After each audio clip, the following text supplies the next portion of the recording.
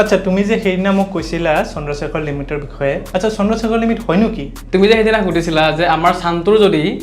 হাইড্ৰজেনখিনি শেষ হৈ যায় বা ফিউলখিনি শেষ হৈ যায় তেতিয়াহ'লে কি হৈ যাব এই কথাখিনি আমাৰ এই কনচেপ্টটো আমাৰ এজন ইণ্ডিয়ান চাইণ্টিষ্টে দিছিলে তেখেতৰ নাম আছিলে সুব্ৰমণ্যম চন্দ্ৰশেখৰ যাক আমি কওঁ চন্দ্ৰশেখৰ লিমিট বুলি তেওঁ কৈছিলে যদিহে কোনো এটা ষ্টাৰৰ যদি মাছটো যদি আমাৰ চানৰ মাছৰ 1.4 টাইমছ বেছি হয় তেতিয়াহ'লে সেই চানটো আইডাৰ এইটো এটা ব্লেক হ'ললৈ কনভাৰ্ট হৈ যাব নহ'লে এইটো ছুপাৰন'ভা হৈ এটা নিউট্ৰন ষ্টাৰলৈ কনভাৰ্ট হৈ যাব কিন্তু যদিহে ষ্টাৰটো যদি মাছ আমাৰ চানৰ মাছতকৈ যদি 1.4 টাইমছ সৰু হয় তেতিয়াহ'লে কি হ'ব এইটো এটা ষ্টেবল হোৱাইট ডেভলৈ কনভাৰ্ট হৈ যাব ওকে বুজিলোঁ এতিয়া কিন্তু তুমি যে মোক এতিয়া ক'লা যে এইবোৰ হোৱাইট ডাৰ্ক নিউট্ৰন ষ্টাৰ বা তোমাৰ ব্লেক হোল ছুপাৰন'ভা এইবোৰ হয়নো কি